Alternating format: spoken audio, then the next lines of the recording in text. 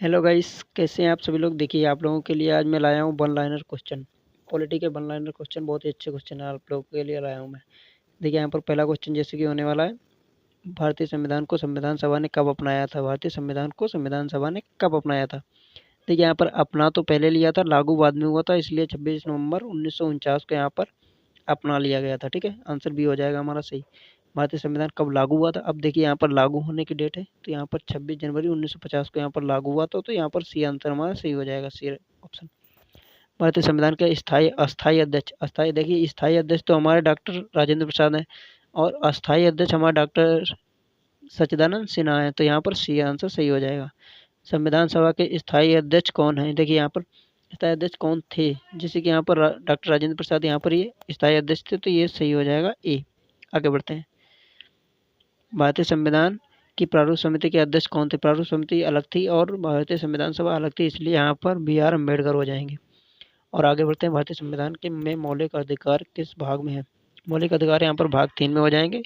वर्तमान में भारतीय संविधान में कितने मौलिक अधिकार हैं। यहाँ पर मौलिक अधिकार 6 होने वाले हैं, यहाँ पर बी राइट आंसर हो जाएगा हमारा 6।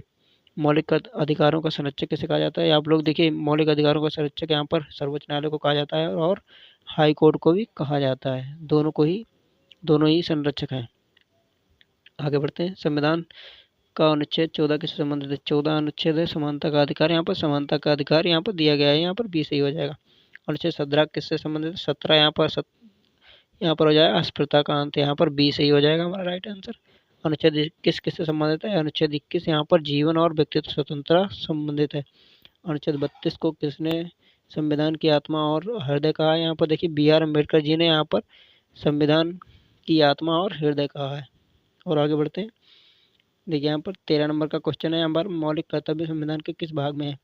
मौलिक कर्तव्य यहाँ पर देखिए, मौलिक कर्तव्य ये 4A में है, जैसे कि हम यहाँ पर 4A ऐसे ले सकते हैं, यहाँ पर ये भाग 4A। ठीक है, रुक जाइए, यहाँ पर मैंने गलत कर दिया है ये। हाँ आप सही है, देखिए हमारा बी सी राइट आंसर हो जाएगा। मौलिक कर्तव्य किस अनुच्छेद में है। देखिए अब ये आ गया है 4, जैसे कि भाग 4A ये तो हमें पता है, और अनुच्छेद है 51A अनुच्छेद में है। ठीक है, भारत राज्य के नीति निर्देशक तत्व किस भाग में है। देखिए राज्य की ये तो मौलिक कर्तव्य तो 4A में हो गए, ये 4A में हो गए, और यहाँ पर नीति निर्देशक तत्व ये तो भाग 4 में है। ठीक है, भाग 4 और A। ठीक है, राज्य के नीति निर्देशक तत्व किस देश के संविधान से लिए गए। देखिए ये आयरलैंड से लिए गए हैं, नीति निर्देशक तत्व ये लिए गए हैं आयरलैंड से, तो यहाँ पर हमारा आंसर हो जाएगा सी। और आगे बढ़ते हैं।